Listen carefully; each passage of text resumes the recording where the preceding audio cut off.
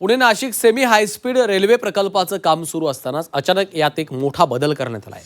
त्यामुळे पुणे आणि नाशिक जिल्ह्यातले लोक संतप्त झाले असून खासदार अमोल कोल्हे, आमदार सत्यजित तांबे, बाळासाहेब थोरात, खासदार राजाभाऊ वाजे यांच्यासह सर्वपक्षीय चक्काजाम आंदोलन करण्यात आलं। याचा मोठा फटका वाहतुकीला बसलाय। हायस्पीड रेल्वे मार्ग बदलून संगमनेरऐवजी अहिल्यानगर मार्गे वळवल्यामुळे चाकण ते सिन्नर चक्काजाम आंदोलन करण्यात आलं।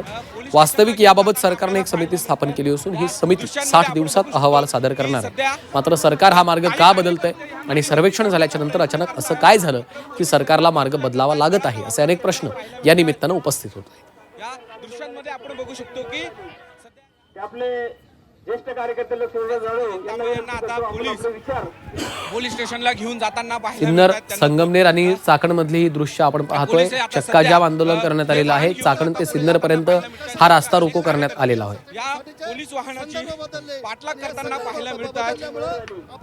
काही आंदोलक ह्या वाहनांवरती चढण्याचा प्रयत्न करताना बाजूला करून आता सध्या या दृश्यांमध्ये आपण बघू शकतो की पोलीस स्टेशनला घेऊन